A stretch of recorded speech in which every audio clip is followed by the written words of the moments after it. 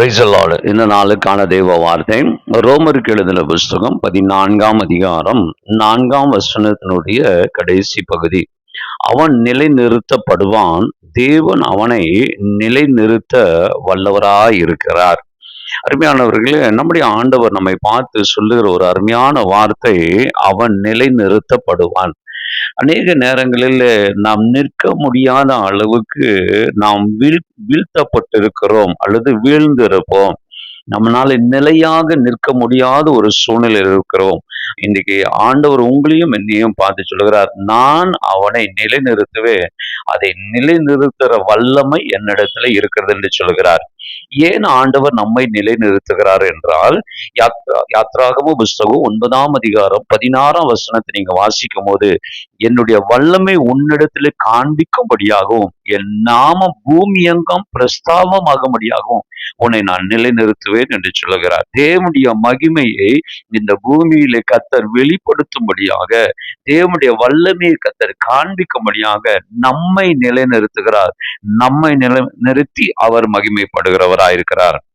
2 Samuel 7ஆம் அதிகாரம் 12வது வசனத்தில் தாவீதுக்கு ஒரு விசேஷித்த ஆசீர்வாதத்தை கொடுக்கிறார். என்னவென்றால், உன் சந்ததி நான் நிலைநிறுத்துவேன், உன் ராஜ்யத்தை நான் நிலைநிறுத்துவேன் என்று சொல்லுகிறார்.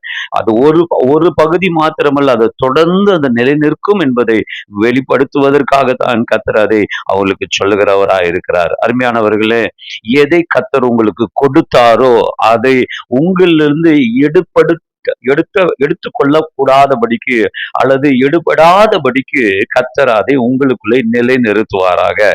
2 காரியத்தை சொல்லுகிறேன், எதை கர்த்தர் நிலைநிறுத்துகிறார் என்று. ரூத்தின் புஸ்தகம் 4ஆம் அதிகாரம் 10ஆம் வசனத்திலே, கர்த்தர் உங்கள் பெயரை நிலைநிறுத்துவாராக. ஒருவேளை இன்னைக்கு இருக்கிற சூழ்நிலை, உங்கள் பெயர் கெட்டு போன ஒரு சூழ்நிலையில, ஒருவேளை உங்கள் பெயரானது பிரபலமாக முடியாத ஒரு சூழ்நிலை அல்லது தலை குனிந்த ஒரு சூழ்நிலை பெயர் இருக்கும் என்றால், மறுபடியும் அந்த பெயரை கர்த்தர் எழுப்பி அந்த பெயரை கர்த்தர் நிலைநிறுத்துவார். அப்பொழுது தேவனுடைய நாமம் மகிமைப்படும். 2வது 99ஆம் சங்கீதம் 4ஆம் வசனத்துல, நியாயத்தை கர்த்தர் நிலைநிறுத்துவாராக. நம்முடைய வாழ்க்கையிலே அநியாயங்கள் நடைபெறும் போது ஆண்டவர் பார்த்து கொண்டு சும்மா இருப்பது இல்லை.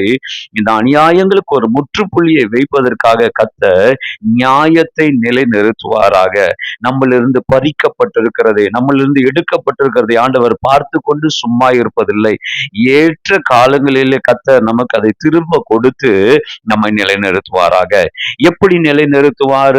1 பேதுருவின் புஸ்தகம் 5ஆம் அதிகாரம் 10ஆம் வசனத்துல அழகாக சொல்லுகிறது, சீர்படுத்தி ஸ்திரப்படுத்தி பலப்படுத்தி உங்களை நிலைநிறுத்துவாராக. ஹல்லேலூயா.